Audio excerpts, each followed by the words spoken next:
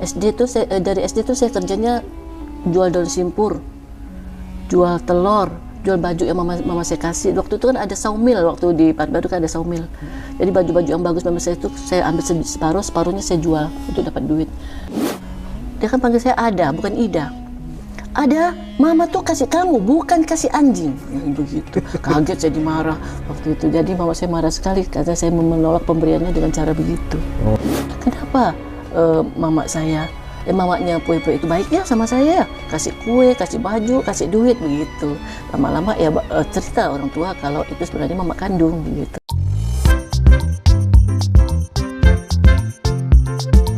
Assalamualaikum warahmatullahi wabarakatuh. Kembali lagi di channel Adama Entertainment, channelnya tentang video Islam dan juga kisah mu'alaf.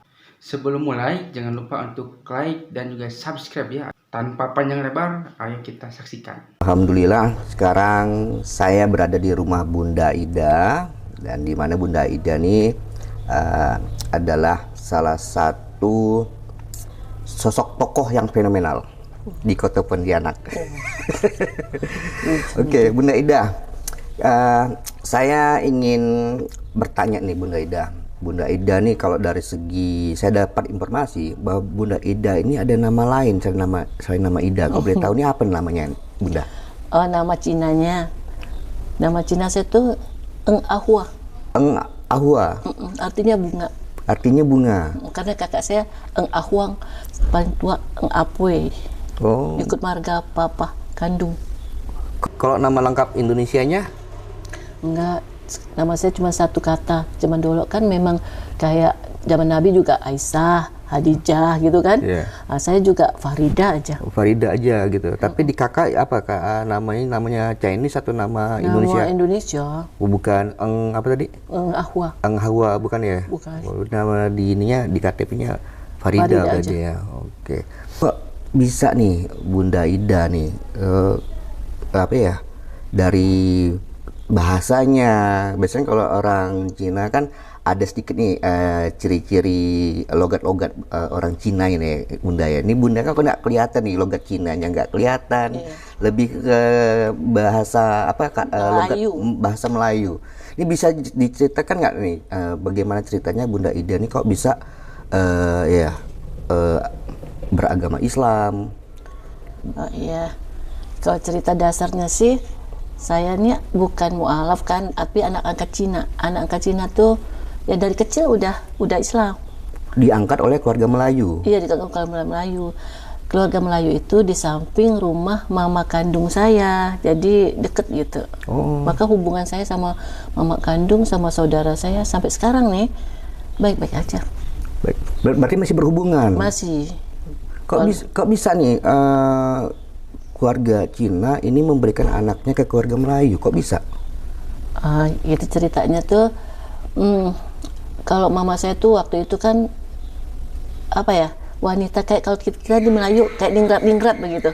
Jadi orang kaya lah gitu kan. Jadi papa saya orangnya marga Eng kan, jadi kayak di bawah lah, di atas mama saya mama saya kan marganya Tan. Oh, ada kasta juga ya di Tionghoa ya kak ya? Iya. Jadi waktu mama saya menikah karena cintanya sama papa saya, keluarga besarnya kurang setuju. Jadi mama saya kurang dianggap lah, kata orang begitu kan. Kurang dianggap. Jadi tapi saudara-saudaranya kan tidak berubah, itu kan hanya kedua orang tuanya yang kurang setuju kan. Biasalah seorang tua kan mau yang terbaik bagi anaknya kan. Jadi kurang setuju menikah dengan papa saya. Berlalunya waktu kan menikah tuh mama saya, lahirnya kakak saya perempuan itu nitip sama saudara mama saya kan, kayak tuh kan. Terus lahir lagi kakak saya kedua sama juga kurang lebih, karena keluarga mama saya sama papa saya tuh belum ekonominya kayak orang jual. Waktu itu tak salah pendengaran saya, waktu itu mama saya pernah cerita masih jualan kayak kecap gitu, kayak toko-toko lah gitu kan. Ada jual sabun juga. Lahir saya ketiga, mama saya titipin saya kepada tetangga saya yang Islam, yang hanya punya anak tunggal laki-laki. Jadi rezeki terbesar saya lah sebagai anak dapat Islam ya kan. Sedangkan yang dua kakaknya itu ke saudara-saudara Cina? Iya, ke saudara-saudara Cina. Setelah itu berlangsung, adik saya empat-empatnya laki-laki lahir. Dengan begitu sekarang mama saya tuh, sisa ceritanya tuh anak-anaknya tuh udah sukses sekarang empat-empatnya di Jakarta. Tapi kita dari kecil memang nggak tahu ya, saudara-saudara kan ada parit tuh besar tuh, kita berenang, tapi setelah besar kita tahu bahwa kita adalah saudara kandung. Jadi sampai sekarang kita masih WA, mengucapkan Idul Fitri biasa dia, cuma saya nggak ucapin Natal kan, ngucapin Idul Fitri, ngucapin Masjid Milad, ngucapin apa gitu. Terus ada adik saya masuk Islam satu, biasa malah menitipkan sedekahnya, nitipkan kurbannya kepada saya setiap tahun. Jadi hubungan baik. Oh, berarti ada, dari total saudara Bunda Ida berapa?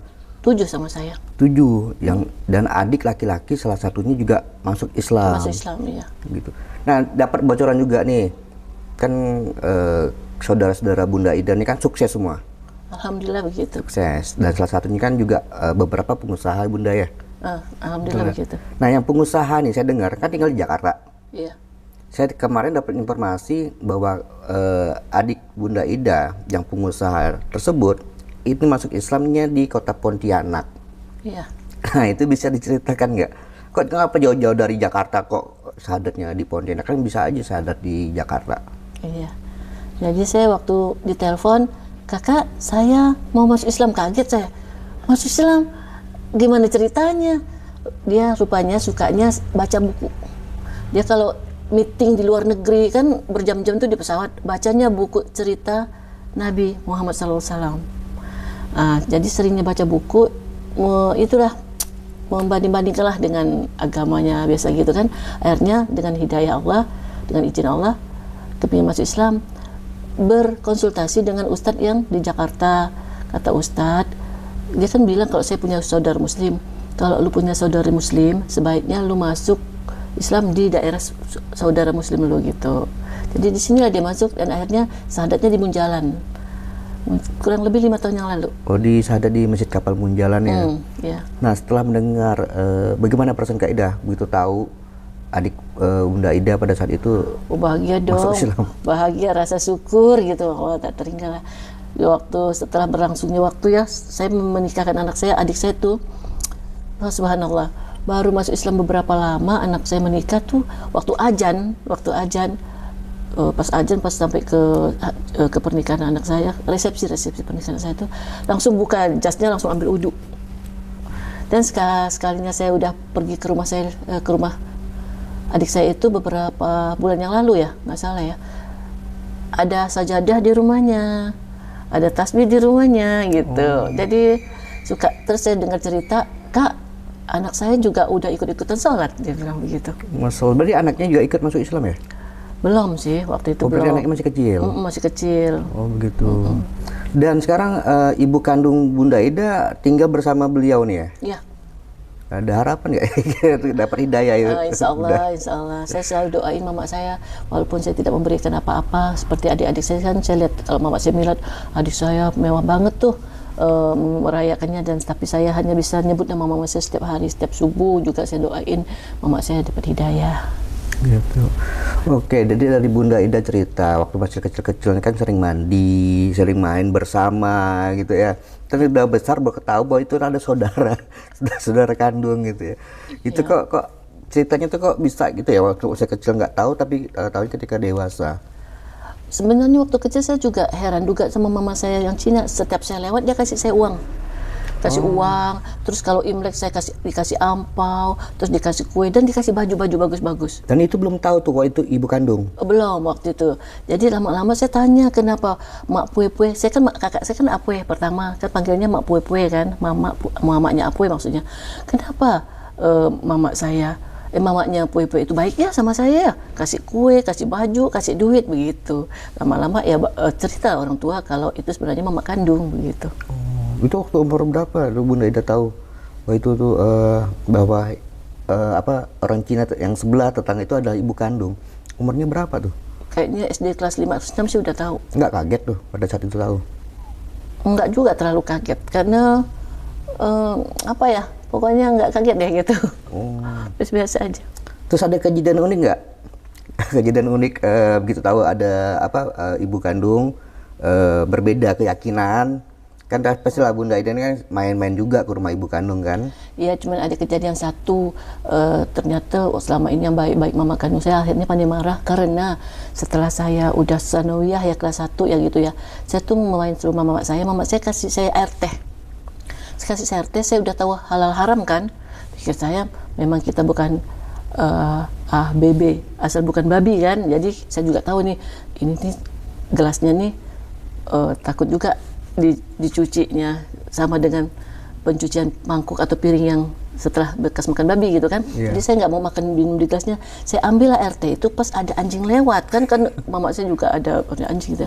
Saya mau kasih anjing, mama saya marah langsung bilang begini, dia kan panggil saya Ada bukan Ida. Ada, mama tuh kasih kamu, bukan kasih anjing. Ya, begitu. Kaget saya dimarah waktu itu. Jadi mama saya marah sekali karena saya menolak pemberiannya dengan cara begitu. Karena saya tidak mau pakai gelasnya, nggak mau dong gitu pakai gelas bekas orang Tionghoa. Maksudnya itu begitu gitu. Oke. Oke, berarti pada saat itu kan Bunda artinya statusnya udah Islam ya Bunda ya? Udah. Karena dari kecil kan diasuh oleh keluarga Islam ya Bunda ya? Iya. Nah, ini ada kapan ketika Bunda ini mulai mengenal agama Islam? Pada saat itu kan Bunda ada pernah cerita nih, memang dibesarkan oleh keluarga Muslim, tetapi mungkin belum begitu mengetahui tentang agama Islam. Belum nggak Bunda? Ya. Seperti itu. Nah itu saya juga dapat informasi bahwa orang tua angkat Bunda ya ini kan meninggal ketika Bunda masih kecil. Iya. Dan setelah meninggal, ini siapa nih yang mengasuh Bunda ketika orang tua angkat meninggal? Kenapa nggak balik ke orang tua kandung? Jadi orang tua bapak saya angkat itu meninggal kelas 1 SD. Mama saya angkat meninggal kelas 6 SD. Udah itu saya tinggal ikut dengan abang angkat saya. Sekarang juga udah almarhum. Dengan anak 4, dengan PNS waktu itu serba pas-pasan gitu kan. Saya juga menjalani kehidupan sendiri. Jadi cari uang sendiri, cari jajan sendiri, sekolah sendiri, semuanya sendiri. Gitu kan. Jadi saya banyak sendirilah dari kecil, dari SD sampai SMP sampai SMA. Berarti semua Bunda pada saat itu sudah mandiri, berarti sudah kerja berarti ya? Sudah kerja. Saya kerja di percetakan waktu SMP, percetakan Mekar Tanjung Pura. Dan Kedah masih ada sekarang. Iya, masih ada Meldadi itu. Itu percetakan saya. Di situ udah berapa tahun saya kerja. Saya juga pernah kerja di kantor selama SMA, kerja kantor Rima Ramin. Dan itu udah ada Pak Nur Hasan waktu itu. Oh iya. Jemput saya kerja.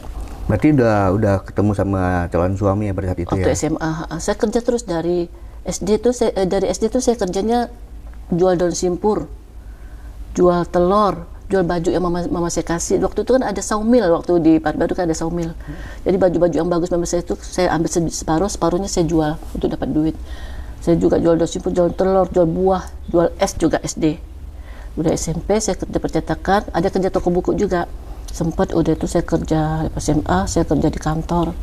Dan udah nikah, saya buka kantin 8 tahun, 7 tahun, dengan 7 atau 8 tahun kurang lebih di Mujahidin. Berarti saat itu sudah menikah atau belum buka kantin? Udah menikah waktu buka kantin karena udah pulang haji juga. Bisa diceritakan lebih panjang sosok suami Bunda Ida yang merubah Bunda Ida ini kan, yang mungkin dulunya yang bisa menjadi sosok Bunda Ida yang sekarang ini. Bisa ceritakan nggak suaminya, keluarganya seperti apa, memandang Bunda Ida yang ibaratnya ini kan seorang anak angkat dari keluarga Muslim. Waktu saya menikah dengan suami saya kan, suami saya suka ngingetin tuh, udah salat belum gitu kan. Jadi waktu masih muda memang salatnya ya seperti kita lah, belum hijrah ya. Setelah udah menikah ya mulailah hijrah, kalau salat tuh udah tepat waktu. Melihat papa mertua saya juga ke masjid, mama mertua saya juga ke masjid, adik-adik saya juga lihat dari ngaji, dari sikapnya Islami dan semuanya. Ya saya masuk dalam lingkungan Islami ya ikut semua, sholat, ngaji, semuanya. berbuat baik, semuanya jadi ikut, jadi terpengaruh, lingkungan besar pengaruh juga kan, jadi secara otodidak begitu. Oke, artinya suami Bunda Ida ini berperan besar ya di kehidupan Bunda Ida ya Bunda ya. Oke, ada momen unik nggak Bunda selama apa ya mengarungi pernikahan dengan suami Bunda Ida? Dan bisa diceritakan siapa sih suami Bunda Ida ini biar penonton tahu? Suami saya tuh orang biasa saja, dengan izin Allah, alhamdulillah bisa berkiprah di bidang dakwah kan, dakwah kemasjidan. Karena memang dari mudanya waktu saya mulai menikah tuh udah aktivis di Masjid Mujahidin, udah di Yayasan Mujahidin kan. Jadi udah orang masjid banget gitu kan, sampailah sekarang tuh orang masjid. Jadi mungkin dengan suka di masjid itu Allah berikan apa ya sekarang kayak hadiah gitu ya, bisa bikin masjid juga dengan sahabat beliau di Ampera, dan akhirnya Allah berkehendak juga bikin di dekat rumah kita di sini di Serdam. Ya, berarti udah berapa masjid yang dibangun oleh suami Bunda Ida ini? 2 masjid saja. 2 masjid ya Bunda ya. Tapi saya dengar kan ada banyak nih, beberapa titik, 100 lebih titik relawan nih Bunda. Itu kan karena udah berkembangnya Masjid Munjalan yang udah di apa tuh namanya Ustaz Lukman? Udah dimotori Ustaz Lukman juga gitu kan. Jadi udah banyak titik-titik dengan izin Allah. Oke. Setelah itu saya ingin bertanya Bunda, kapan pertama kali Bunda ini pergi ke Tanah Suci? Pertama kali pergi ke Tanah Suci 2004 ya. 2004 awal itu kita umrah. Karena suami saya dapat hadiah dari Bapak Saifullah yang punya Masjid Al-Azhar. Al-Azhar di Pontianak. Oh, Pontianak. Saifullah ya, Masjid Saifullah yang di Ayani 1. Dapat hadiah, pulang, saya pun ingin ikut. Saya jual asuransi, waktu itu masih masuk asuransi, banyak asuransi. Sales asuransi? Enggak, masuk asuransi. Kita ada nasabah kita. Oh. Saya jual asuransi saya mengikuti umrah pertama. Hotel bintang 5 ya di sana ya. Malah saya bingung mau makannya waktu itu karena saking mewahnya. Saya kan orang kampung, suka makan kampung. Jadi pertama kali pergi di sana spektakuler, lihat Ka'bah, subhanallah. Gitu.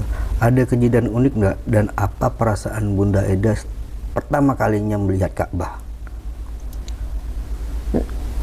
Spektakuler lah, lihat kita nih siapa sih gitu kan, kok bisa sampai ke sana. Lihat pas masuk, kita kan pertama masuk tuh kan jalan panjang, jalan dulu kan baru lihat Ka'bah tuh kan.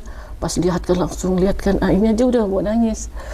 Nggak bisa dibayangin gitu, kok orang seperti aku bisa sampai di sini, merasa pendosa, merasa dulu nggak punya apa-apa, merasa kita nih anak angkat Cina, merasa Ida nih apalah, pokoknya siapa sih saya, pokoknya banyak dah berkecimpung, kok bisa sampai bisa melihat Ka'bah yang secuci ini gitu kan. Banyak tobat jadinya. Tapi waktu saya berangkat itu masih banyak juga yang harus dipelajari.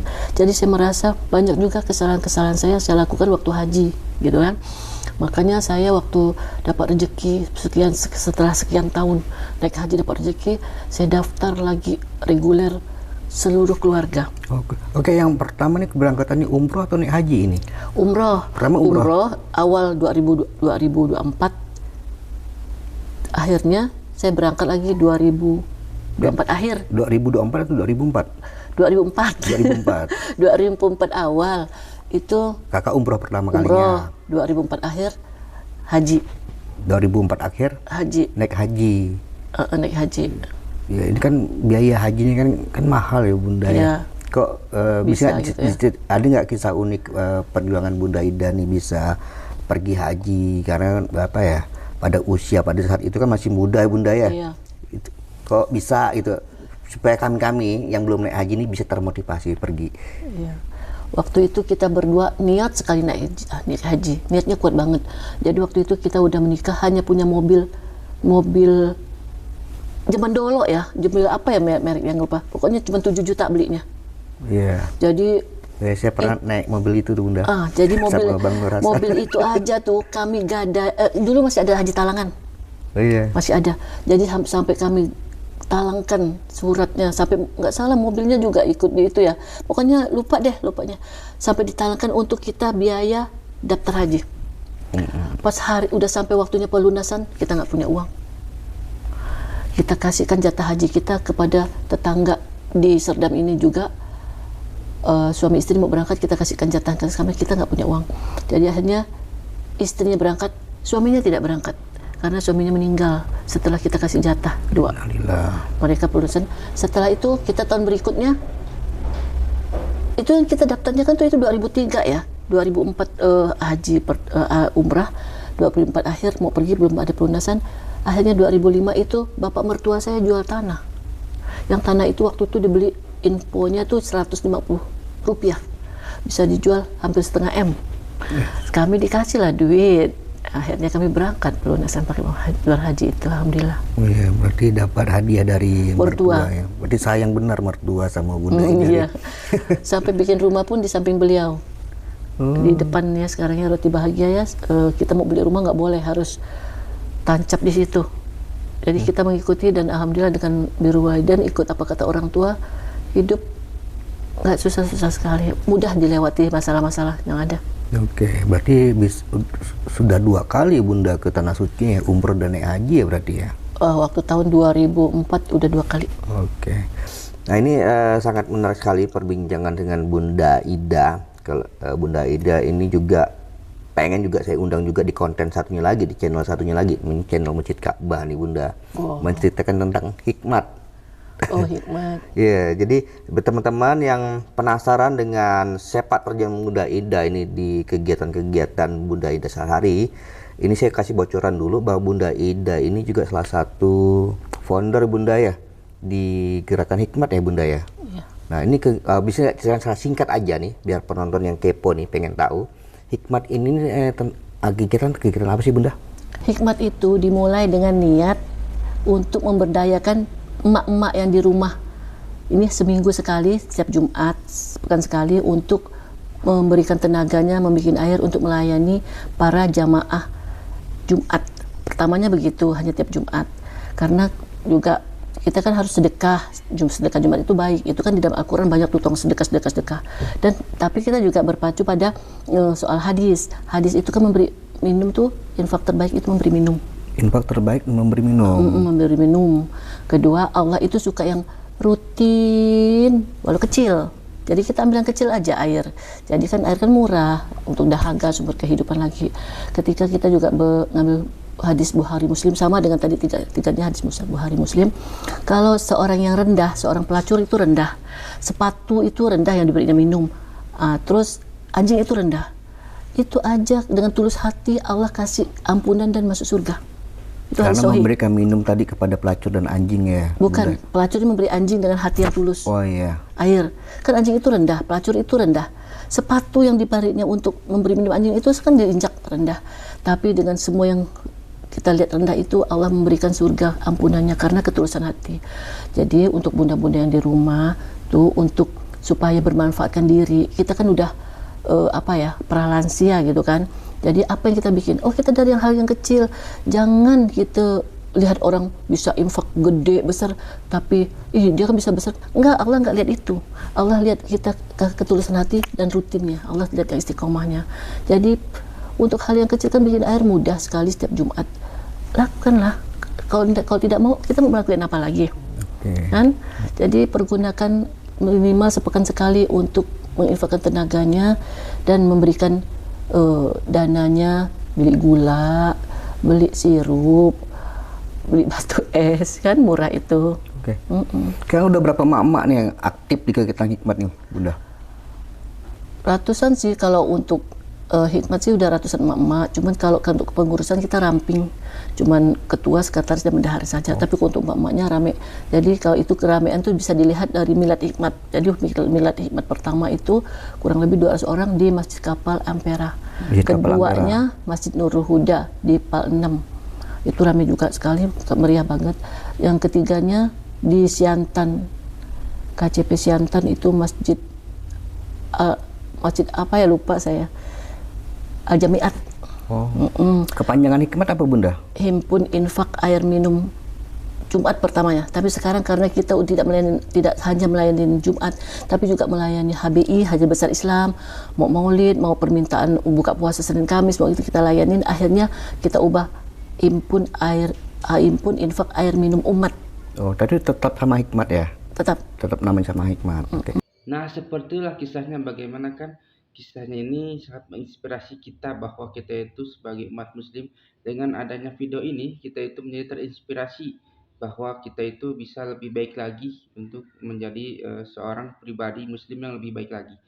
Dan dengan video ini juga mungkin kalian juga yang mungkin non muslim ya, yang menyaksikan ini, kalian juga mungkin ada gambaran seperti apa bahwa agama Kristen itu tidak selalu misalnya benar ya, karena banyak juga kontradiksi di sini bahwa agama Kristen, agama non Islam misalnya gitu ya, jika orang-orang mereka itu mualaf itu karena apa, kebanyakan itu mereka itu tahu bahwa Islam itu adalah agama yang benar, agama yang lebih masuk akal daripada agama-agama lainnya. Dari mana kita itu bisa tahu hal itu ya, karena kita mempelajari Al-Quran dan mempelajari agama Islam gitu. Kita itu harus terbuka, harus berpikir terbuka, harus maksudnya kita itu harus mencerminkan bahwa kita itu sebenarnya itu Indonesia itu emang toleransi ya, tapi ketika kita dihadapkan dengan sesuatu agama gitu ya, kita harus mengkaji misalnya agama Kristen seperti ini, agama Hindu seperti ini, agama Islam juga seperti ini, dan berbeda-beda ya, karena di Indonesia itu banyak banyak sekali agama ya, tapi kebanyakan di channel ini adalah tentang agama dari non muslim ke muslim, dikarenakan agama Islam adalah agama yang paling sempurna di dunia ini. Sampai akhir zaman pun Al-Quran itu berkata bahwa Allah itu akan menjaga Al-Quran sampai hari akhir. Nah, semoga yang menonton video ini bisa terinspirasi ya, dan semakin kuat lagi imannya, terutama agama Islam ya. Dan jika yang nonton adalah non muslim juga, kalian cobalah untuk berpikiran terbuka dan seperti apakah Islam dan sebagainya. Jangan sampai kita itu banyak kan ada seperti Islamofobia dan sebagainya, tidak suka kerudung, tidak suka pengajian, tidak suka apapun yang padahal kan kita menjalankan agamanya masing-masing. Bagi kalian yang belum subscribe juga ya, silakan itu subscribe dan juga like dan juga komentar ya, agar kita itu bisa bersilaturahmi, agar kita itu, karena di kolom komentar ini ya, di channel ini kebanyakan itu agama muslim dan non muslim itu suka ada ya, dan suka ada yang membalas dan sebagainya. Dan jika kalian suka, jangan lupa untuk like, comment, dan subscribe ya, dan nantikan video saya selanjutnya. Wassalamualaikum warahmatullahi wabarakatuh.